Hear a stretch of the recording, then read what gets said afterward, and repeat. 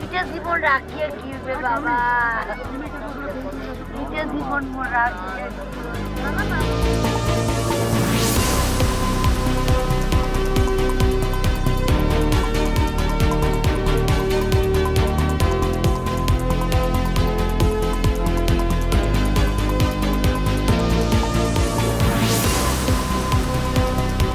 একটা বউগুলা জিনের মেট চাটছে, ওর সিটি দেখতে গেলে আমাদের বাচ্চা পড়ছে এই কথা শুনিয়া আমি গরু বাড়িতে গেছিলাম, ওইখান থেকে এই দৌড়ে আস্তে আস্তে আসি, দেখি বলে বাচ্চা পড়ছে এইখানে।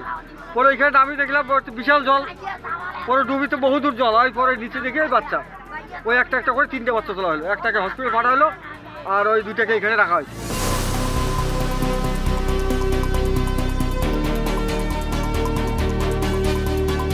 শুনতেছি যে বাচ্চা ডুবে গেছে, তারপরে তো আসলাম নদীর পরে, আর কোনো ডেরি নাই, ওই পথে নামলাম।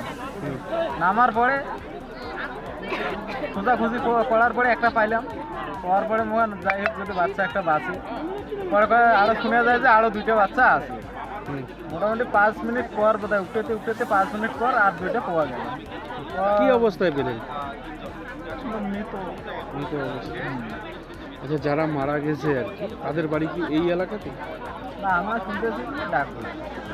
3জনেরই বাড়ি ডাকঘরা? না, এক আমার বাড়ি এই যে রাঙামাটি। আচ্ছা, আর 2জনের বাড়ি ডাকঘরা? মানে মামার বাড়ি আছে। আমার বাড়ি আসছে, 2 ভাই বোন।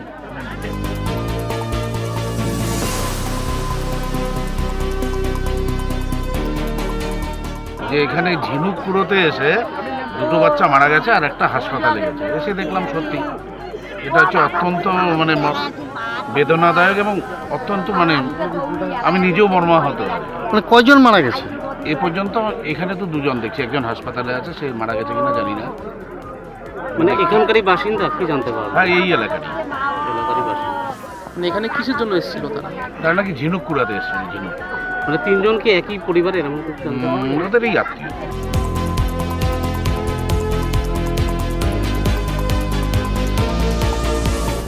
এরকম 3টা বাচ্চা জলে ডুবে গেছে। কেন?